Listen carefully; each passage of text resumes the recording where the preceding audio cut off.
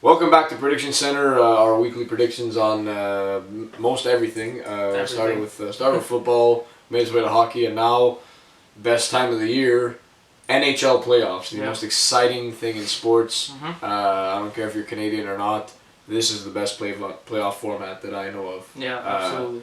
Just the fact that it's elimination based and it drags, so you have that momentum, but it's still very fast. Like 1 weeks, this whole thing's over. So we're going to start with our picks for the Eastern Conference in the NHL, now the playoff brackets are released. Starting with the, who thought the Florida Panthers would be division winners None of us. Versus the New York Islanders. Who do you got, Dave? I don't know. Because we were talking about it off camera and you said you don't think Yager's story's ended now because, the old WWE writers are apparently doing this. It's all scripted anyway. Yeah. But at the same time, I just think that lack of experience, not like the Islanders have much, but they do have a bit more, is going to give them the edge. So, I'm going to give it to the Islanders in 6 games. That's my prediction. That's fair. Yeah. Mike, what do you got? I was talking to my friend on this, and he was calling me crazy because I said the Islanders are going to win this.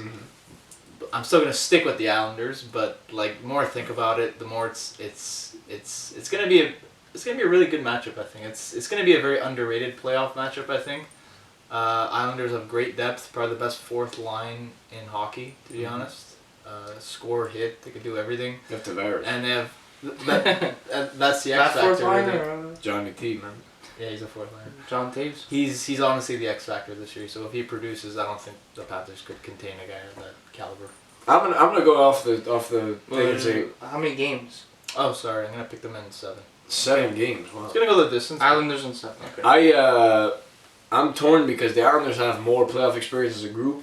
Yeah. But if you take the average, they're about the same because Luongo and Yager have a ton of playoff experience. They're probably more than both teams. And then the rest of the Panthers are just kind of first timing it. Absolutely. Yeah. Coaching staff not really aware, but Florida Panthers I believe have home ice.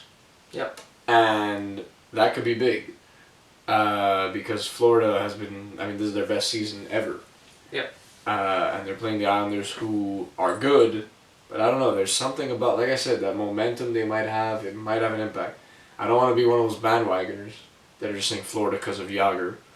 But, I see this is one of those, I don't know who to pick. Yeah. But I'm going to go with Florida just because I would like to see Yager hopefully have a deep playoff run if possible. And then how many?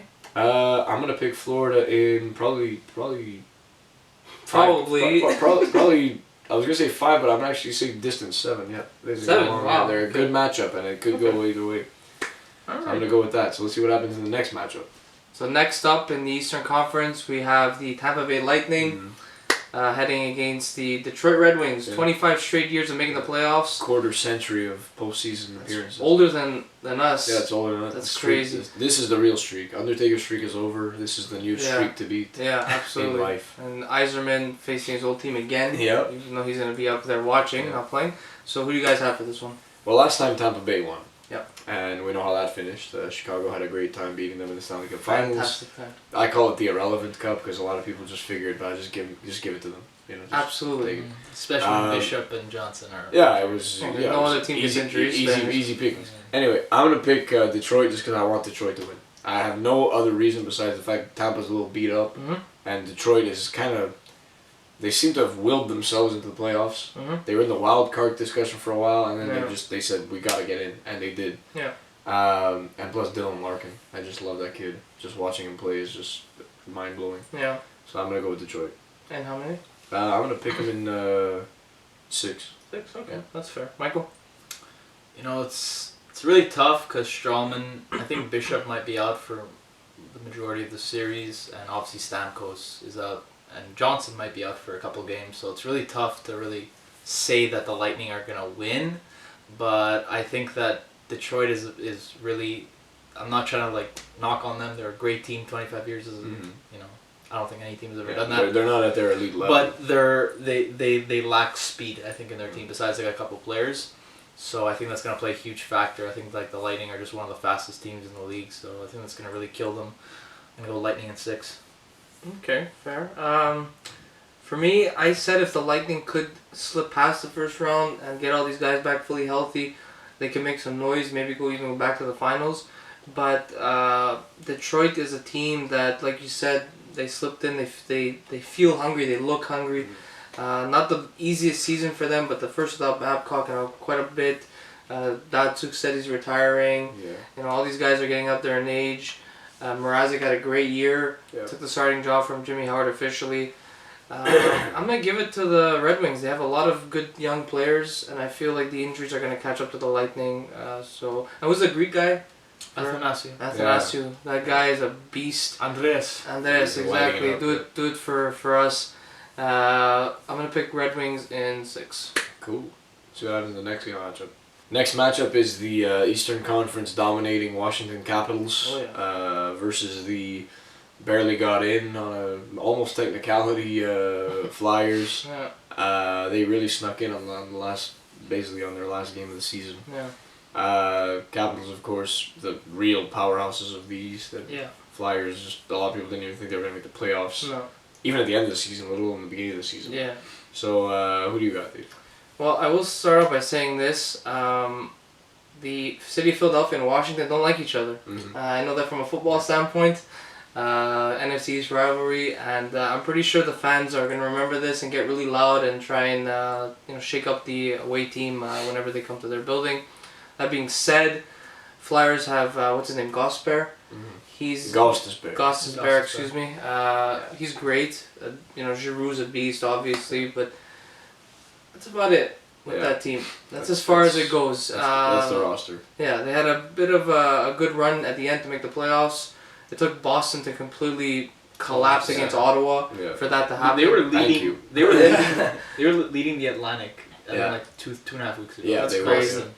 So I'm gonna give it to the Caps. They dominate the East, and they're pretty much gonna be my pick to go all the way this year for the East. So I think they're gonna win. I want to say 5, but I feel like I'm not giving the Flyers enough credit. So to be safe, I'll say 6. So Washington 6 for me. Who you got, Mike? You know, when I first saw that Philly might be creeping into the playoff picture, and obviously Washington with the season they had was pretty much a secure spot for the number 1 seed. Mm-hmm.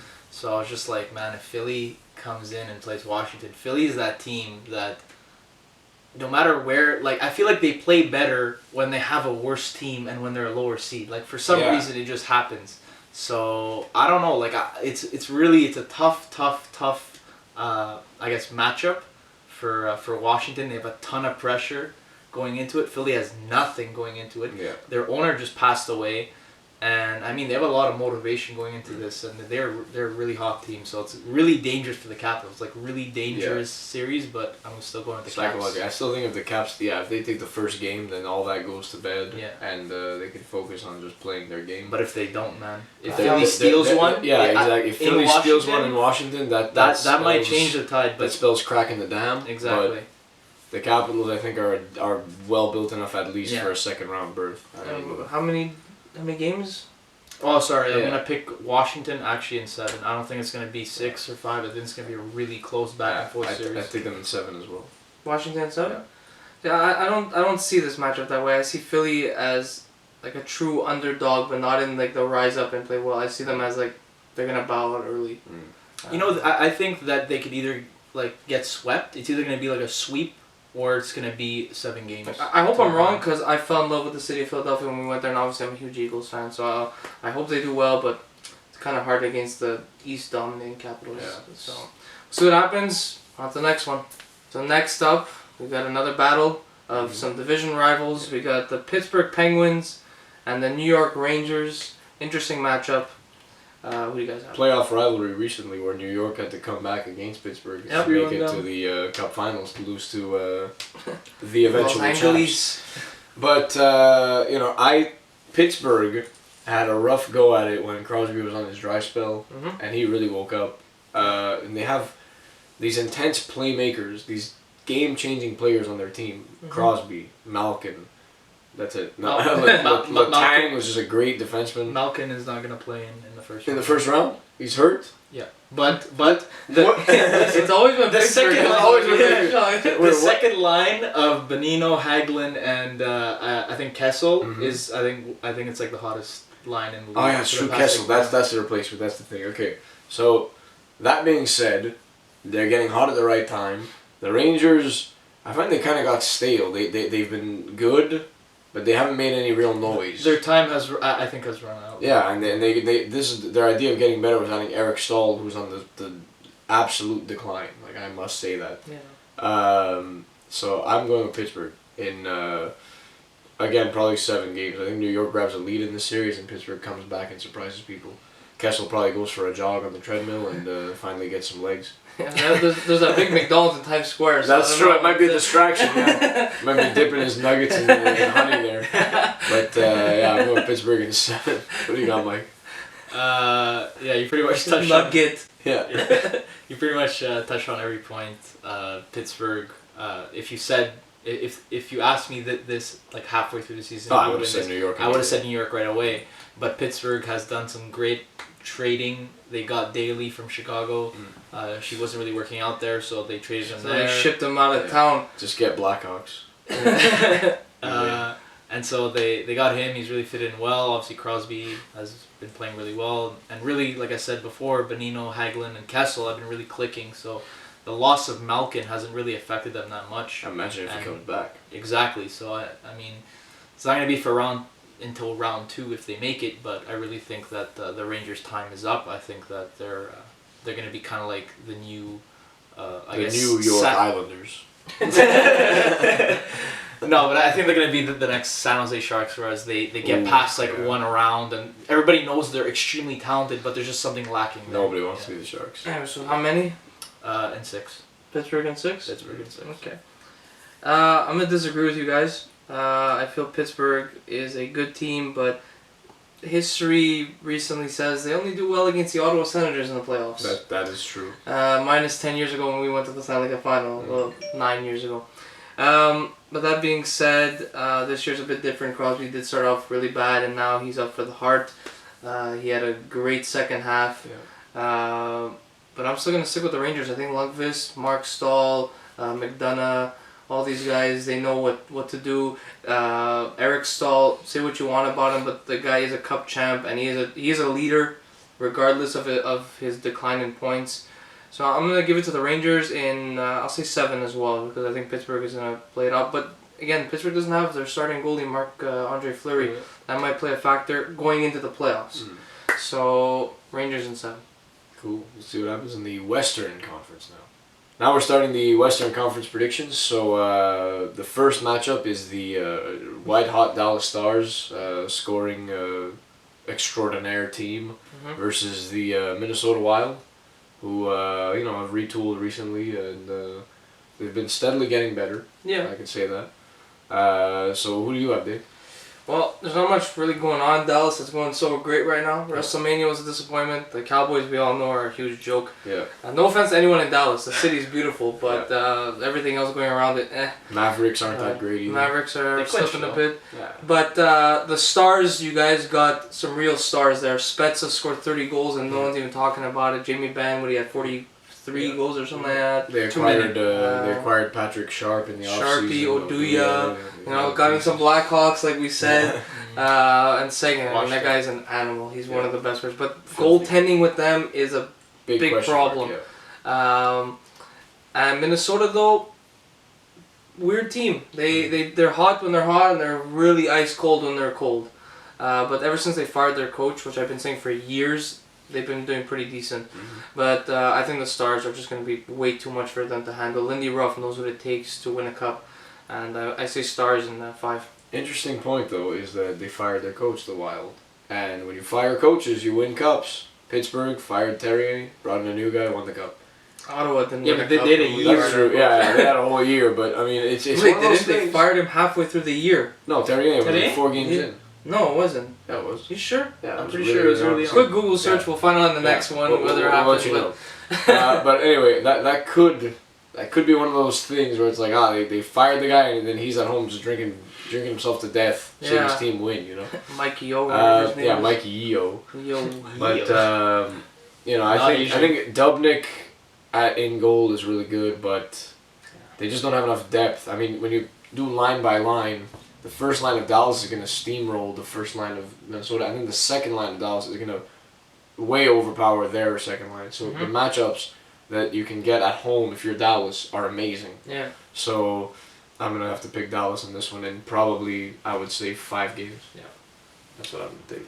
Yeah, as you mentioned, this is just a really awful matchup for the Wild. I think if they got St. Louis, which is they kind of mimic their style, very physical, forechecking team. Yeah, play along the boards. Yeah, they would have had a chance. I probably would have picked them actually, but since it's Dallas, like just they have so much overwhelming power. If it's not Ben Sagan, it's Spezza, it's who's it, Nikushkin. It's all these guys that like we don't even know. He had a quiet solid year. Cody Eakin, you have all these guys that are Patrick just so fast. Eaves, so fast, so talented. Former Senators, so former skilled. Hawks. That's how you win cups. Bring them all together. Yeah, exactly. Ottawa screwed up and also, so bad. one thing who I don't think anybody has mentioned for the Norris for some reason is John Klingberg. I don't understand what this guy needs to do to get recognition in this league. This guy. Well, he has a weird name.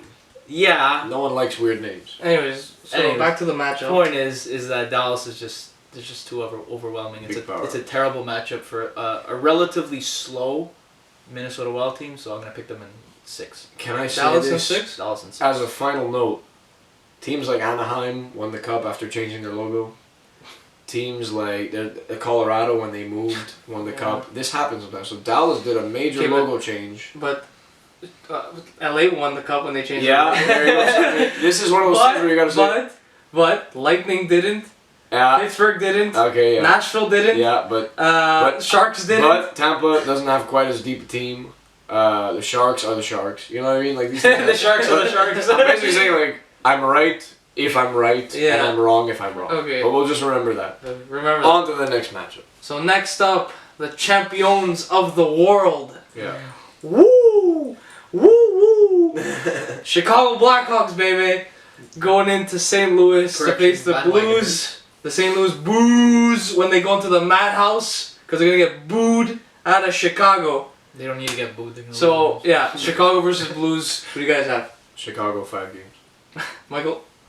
Is that it? Yeah, that's it. That's all my analysis. That's it. There's nothing to say. I'm gonna go more in depth. All right. Please do. Which, by the way, quick fact: Michel Therrien did actually last halfway through that season before he got fired, and then Pittsburgh won the cup with Bilesma. Abysmal. Yeah. Abysmal. Therrien is more abysmal, but go on to your excuses. The train of excuses coming in. Everybody. Chicago is. Blues are a really good team. Don't get me wrong. They have all the talent to at least go on a cup run. Mm-hmm.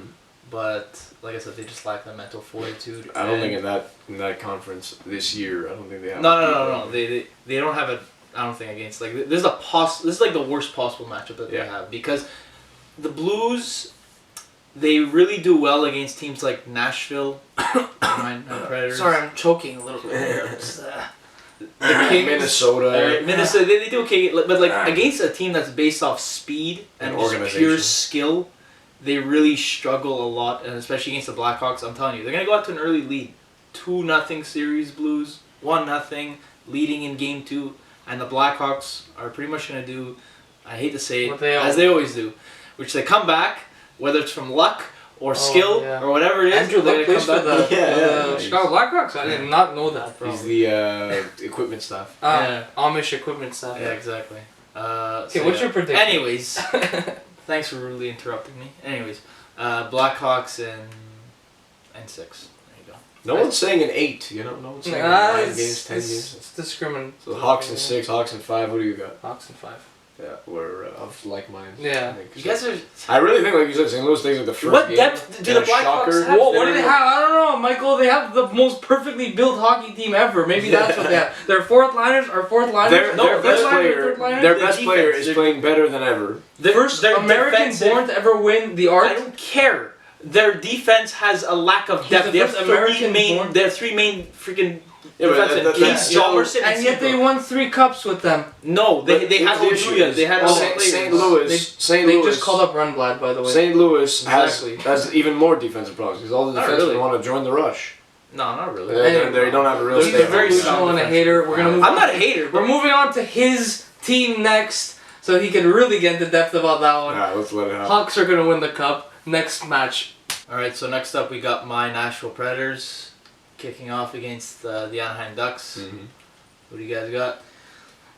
Well, okay. Look, all honesty, jokes aside, Preds have a really good team. They're a solid team all around. But You're setting this up for something. But Ryan Johansson completely unproven in the playoffs. Mm-hmm. His one appearance with the Blue Jackets 2 years ago, and did they even win a game? Won 6.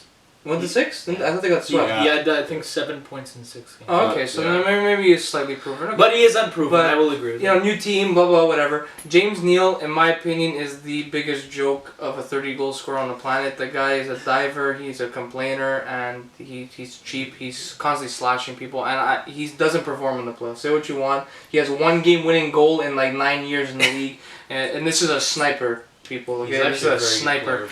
I don't think he's going to perform. Mike Fisher, he's a beast. He's performed in the playoffs, but he's getting there in age. Pekka Rinne's had a hot and cold year. When he's hot, he is super good, but when he's cold, man, that guy can't stop a beach ball. And Shea Weber snubbed again for the Norris nomination. I think he's got a chip on his shoulder, but I don't know if it's going to be enough to beat the Ducks because they were horrible at the beginning of the year, and then they won the division. And a tough division because the Kings are in that division. So I'm picking the Ducks to win it in 7 games. I think Nashville's going to give them a hard time, but the Ducks are just too strong right now. I'm actually going to buck the trend on this, and maybe you could call it like hating on Anaheim just because I don't like their jerseys. I don't like Getzlaf's bald head. I don't like their coach. I don't like, you name it, I don't like this. I started hating them 9 years ago. Yeah, I don't understand why. But basically, I never liked the Predators in the playoffs, but I feel like they can only go on for so long. I hope, anyway. They've been getting better as a team overall. Philip Forsberg now is just... He's really in his prime. And well, he's 21 years old. Yeah, he has 33 goals. Yeah, he's flying, you know. So, I mean, they got a bunch of these, like, players that can really bite you in the ass if you don't catch them. Yeah. And I think Weber's just really angry. I don't think if he gets that anger in him and he just starts shooting pucks, I don't know if Anaheim's gonna be able to handle it on their back end. Their front end is very good, and their execution's good and all that. But I really think that as far as like youth and speed, again, it's about speed in the playoffs a lot of times. I think Nashville might have this one in 6. I would even say. I would even say that. You mentioned ugly jerseys, and Nashville might have the ugliest. Probably, yeah. Piss yellow and blue. Even as a Preds fan, I would completely agree with that. Yeah. We got him this hat for Christmas because it was gray and not piss yellow. I'm not even joking. That was a decision that went down. Yeah, you found the good hat. So anyway, so you got Ducks 7. Ducks 7. I got Preds 6. What do you got? Obviously Preds in 4. No, I'm not him. I'm not. Let's go. Get your analysis, please. Okay, so the Preds pretty much like what needs to happen for like as a person who's watched like 60+ games this season and has really followed them like religiously. Loser. Shut up. I really see the injuries to the Ducks. Like Rickard Rakell is having a fantastic season. I know a couple other guys are Vince McMahon wrote it. I know a lot of them are really injured, so it's gonna be up to the Preds to take advantage of it. And really, Rinne, the thing is that after he comes off like a really long period of break, like such as the All-Star break, he came off like I think like a week period. He was like 18-1-2. You know, like he was insane. Now he has an 8-day break to prepare for this team because we start Friday for some random reason. Yeah. So, I mean, he has the rest he needs for an older goalie to really perform well. So, if he could perform well, and if the Preds could really get in the heads of the Anaheim goaltenders, who I really don't think are that great. Didn't they win the best save percentage this year? They did, but it's honestly because of their defense. Lindholm and Fowler and those guys are no joke, but at the same time, I really don't trust them. Like, honestly, I really, like, I feel like numbers are, and like high numbers and all, the Ducks have this statistic for this many goals a game. So playoffs that goes out the window. Just remember, no one cares. Came off a Western Conference final trip this last. Yeah, you're right. But and that's what's only scary. Made it past the first that's round what's scary once. About this thing is that they're angry and they want to go back to the conference final. But I'm really hoping that the Preds could just shoot the puck as much as possible, get as much traffic. Because I don't think Anderson or Gibson are that great. What this year might happen is that every year the Preds seem to never get bounces. That's the real problem. Is that other teams get bounces. No, you're that's right. Really what it all is. I find that comes down to their skill talent. No, but look, too. It sounds good teams find ways to get goals. Yeah, but a lot of times you'll get those either like a blown offside or something that leads to a weird off the board pass that just and that changes everything. I think it sounds like an excuse, but you do have some validity to that because the Preds have really had some really tough matchups in the first. I've never seen a team that's played eventual Stanley Cup winners as much as the Preds. Detroit, the Blackhawks. I mean, we played San Jose when they're in the conference final like 2 years in a row. Anyways, Michael, what's your prediction? Anyways, with that all being said, unfortunately, I still think the Ducks have an edge in terms of like their want and their will to win, and we just lack that consistency throughout the whole season. I think Philip Forsberg's going to play great. I think James Neal's going to play great, but I really think that the rest of the team is going to falter, unfortunately. I'm picking the Ducks in 7. Unfortunately. Okay. Well, let's see if I'm right. Let's see if I really hope you are. Yeah, you're hoping. I hope you are. It's the last and greatest matchup of this entire tournament. The obvious choice for the winners of the whole thing. We already spoke about the Hawks. Next one. It's come time for the. This is actually a rematch from the last time the Kings were in the playoffs. Yeah. Which was not and the year before that. Yeah. It's the Battle of California. Episode 1. There might be an episode 2 later in the playoffs. But LA versus San Jose. And there usually seems to be an episode 2 after the episode 1. Yeah, there's always... Yeah, but it's probably because... You change your prediction for the other one now? But I know that with this team, I'm saying it right away, it's very obvious that I am very biased in this. But I'm extremely worried about this San Jose team. Really? Because this year... in the last game we played them especially, it was a very tight game, and it took some miraculous saves by Quick to keep us in it, but San Jose had that game. Brent Burns is just a force and a half right now. Everyone's got a beard longer than their sticks, and I'm intimidated by them. I really am. Martin Jones, this is the real story that I'm scared about, is that they got a goalie that they snatched from LA. From Boston. As a back, well yeah, but from LA. Yeah. And... for almost nothing, basically. Yeah. And he's like, I call him the shutout king. This guy is really something else. Reimer's got quite a few shutouts too ever since they brought him in. So, I mean, San Jose, they've improved. But again, that psychological thing, you got the Kings that are proven. They know they can do it. They've done it as a unit. They've even lost pieces and redone it. Yeah. And then you have San Jose who, no matter how close you get, all you need is that one bad play, and then guys start... holding their sticks too tight, missing passes, dumping pucks because they have to. They start losing track of what they're doing. Because of that, my faith in LA will never waver. I think they have all the pieces to go all the way. Kyle Clifford, Tyler Toffoli, Jeff Carter, Jonathan Quick, Anze Kopitar is having a year like I've rarely seen. He's having Patrice Bergeron style year. Just owning it. And his offensive ability is incredible. Yeah, his defensive ability is even better. He wins face. Like he's the guy. He's got that swagger, that visor. It's all there. So the visor. I'm gonna pick LA. I want to say quickly, but I really don't think it will. It always goes to 7 though, LA. Yeah, every exactly. time It's always got to be a long series, but yeah, I'm gonna go with 7 games. LA in 7? Yeah. Well, 2 out of the 3 Norris candidates are in this matchup. Yeah. The third being my boy Erik Karlsson, who's most likely going to win Probably again. gonna win it. Wait, who? What? Karlsson, Doughty, and Burns are the 3 candidates. Oh, for Burns the is the Norris candidate. Yeah. I think he has like almost 30 goals this year. Well, he did play wing a bit this year Yeah, too. that's but, it. He's not really a defenseman. Yeah. Anyways, so this matchup's intriguing because the Sharks kind of shook off that choker mold just because they didn't make it last year to the playoffs. They didn't make it right last year. No, it's both LA. Calgary, Vancouver. Yeah. So they kind of shook it off because they kind of cleaned house, but they didn't. My biggest concern with the Sharks is that Logan Couture completely vanished off the face of the earth this year. Yeah, he had a horrible year. I don't know about Marlowe's stats, but again, no one spoke about him. Burns had a great year. Thornton had a very quiet, good year. Yeah, he's a point. Pavelski had a great year. Both goalies, Reimer, I mean, since he came over, he's been playing really well. And obviously Martin Jones playing his former team. I mean, I'm sure this guy has a bit of a chip on his shoulder too.